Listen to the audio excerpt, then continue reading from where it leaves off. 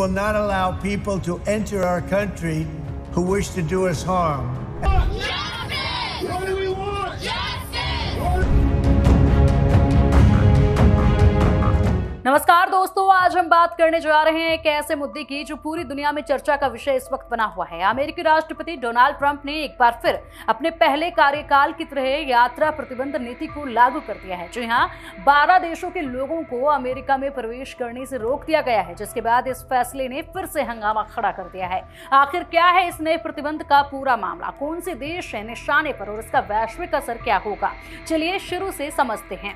सबसे पहले बात करते हैं इस नए प्रतिबंध के बारे में। बुधवार रात को डोनाल्ड ट्रंप ने एक कार्यकारी आदेश में हस्ताक्षर किए, जिसके तहत 12 देशों के नागरिकों पर अमेरिका में प्रवेश करने पर रोक लगा दी गई। यह प्रतिबंध सोमवार सुबह 12 बजे से लागू हो चुका है। जिन देशों पर यह बैन लागू किया गया है उनमें शामिल है अफगानिस्तान, बर्मा, चाड, कांगो गणराज्य, इक्वेटोरियल गिनी, इरिट्रिया और साथ ही Haiti, Iran, Libya, Somalia, Sudan और यमन। के अलावा वो 7 अन्य देश जो इसमें शामिल हैं वो है Burundi, Cuba, Laos, Sierra Leone, Togo, Turkmenistan और वेनेजुएला के नागरिकों पर यह प्रतिबंध लागू होगा।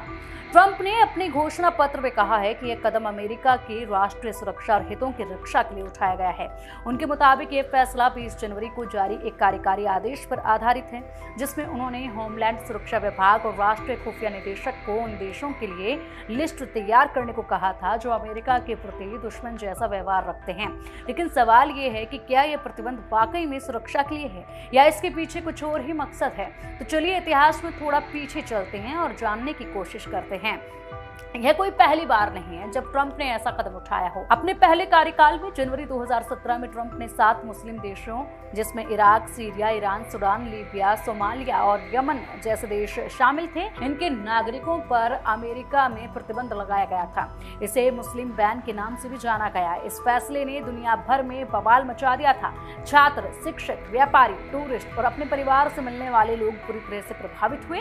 कई यात्रियों को अमेरिका की उड़ानों से चढ़ने से रोक दिया गया और कुछ को तो हवाई अड्डों पर हिरासत में भी लिया गया। इस प्रतिबंध का विरोध सड़कों से लेकर कोर्ट तक हुआ। लोगों ने इसे मुस्लिम विरोधी बताया, लेकिन ट्रंप ने हमेशा यही तर्क दिया कि यह राष्ट्रीय सुरक्षा के लिए जरूरी था।